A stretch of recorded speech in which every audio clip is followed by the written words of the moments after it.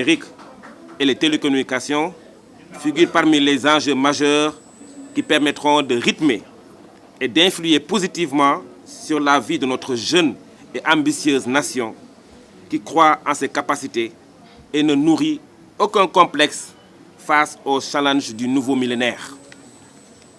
Force est de constater qu'aux côtés de nombreuses infrastructures routières et ferroviaires qui ont permis de désenclaver les zones les plus inaccessibles, se tiennent désormais les voies de l'information et de la communication, qui régissent désormais les règles de la vitalité de notre pays.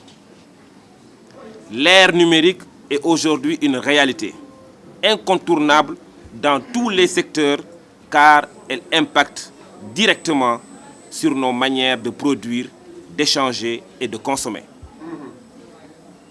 En effet, le monde entier est entré de plein pied dans la révolution numérique, qui devient fondamentalement l'affaire de tous les citoyens qui souhaitent conquérir les espaces nouveaux, aussi infranchissables qu'ils aient pu paraître dans un passé très récent.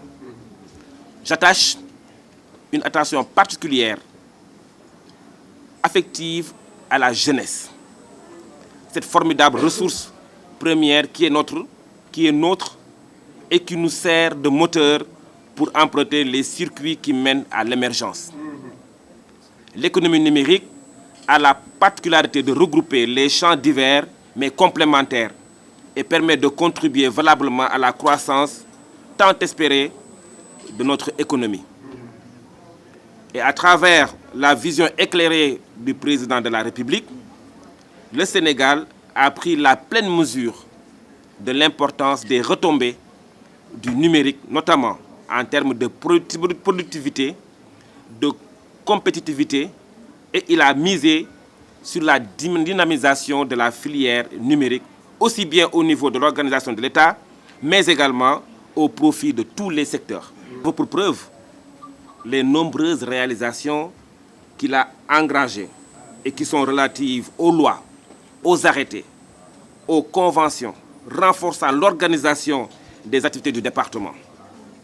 J'ai également été séduit par le nombre de projets structurants qu'il a soutenus et matérialisés ici au sein du département.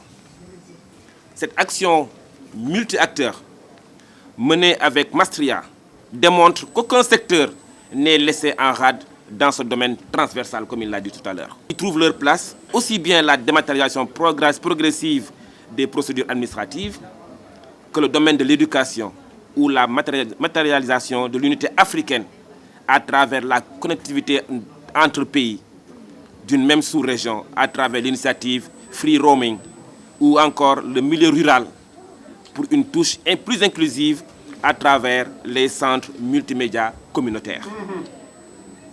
Donc, de nombreux chantiers sont également ouverts qui concernent entre autres la protection des citoyens à travers la stratégie nationale de cybersécurité, l'actualisation du cadre juridique du secteur du numérique, la redynamisation et la relance du secteur des postes, la concrétisation d'un adressage physique et numérique pour atteindre une cartographie de précision. Mais il y a aussi des projets innovants liés à la prise en charge du handicap dans les technologies de l'information et de la communication, et celui intitulé « Entrepreneuriat numérique féminin ». J'ai bien conscience, Monsieur le ministre, que la conjoncture a atteint le monde en n'épargnant pas notre pays. Mais ces turbulences, loin de nous intimider, nous ragaillardissent et ravivent notre fibre patriotique.